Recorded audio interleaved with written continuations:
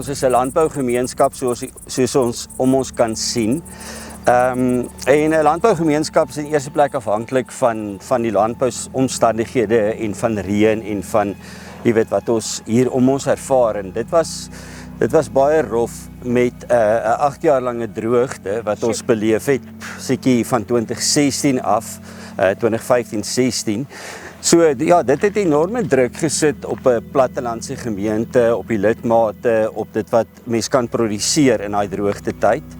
En ek dink toe COVID toe nou nog kom in 2020, ja, ons weet almal wat se effek het dit gehad op gemeentes. Dit was regtig 'n verskriklike uitdaging om te besef, wow, jy weet, ons lidmate kry swaar want hulle kan nie regtig produseer op die plase nie, hulle moes hulle diere minder maak. Dit het 'n klomp ripple effek gehad, soos wat 'n droogte maar het.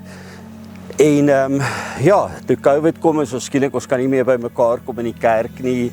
Ons het regtig, dink ek, vir lank nog half gesteier onder daai effek. Jy weet, dit was nou maar van alle gemeentes waar, maar dit het groot uitdagings, dink ek, gebring. En jy weet mos maar as mense finansiëel swaar kry, dit bring baie keer 'n verdieping mee, maar dit is ook net prakties op die oppervlakte. Dis nie maklik om dit deur te gaan en te oorleef nie. En so die droogte was verseker in hierdie gebied in die Klein Karoo en ons het die effekte daarvan redelik sterk gevoel.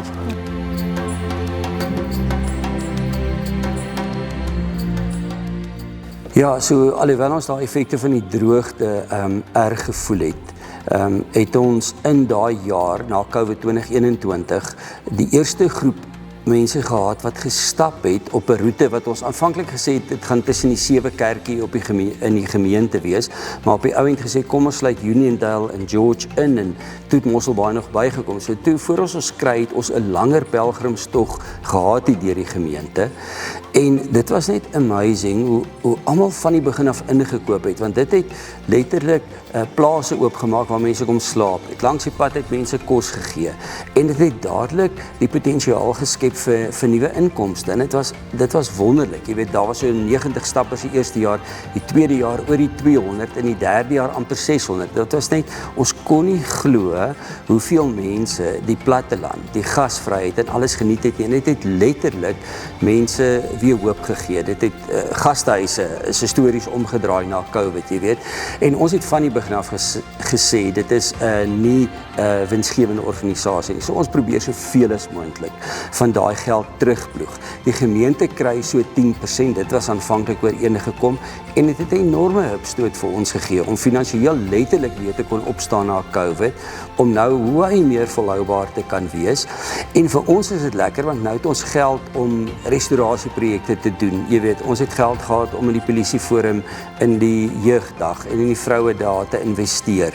En op soveel maniere kan ons in die gemeenskap eintlik daai geld terugploeg, behalwe die 40 of so vennote langs die pad wat 'n inkomste genereer uit hierdie roete uit. Jy weet, so dit het letterlik, dit was 'n draaipunt hoe hy nog voor die reën gekom het. En fantasties toe die reën verlede jaar val en ons besef, wow, nou het ons, jy weet, ten minste dit is groen en is mooi en die damme is weer vol, maar dit is asof die pelgrimstog hierdie Camino vir ons net nuwe hoop op 'n incredibly klomp vlakke gebring het.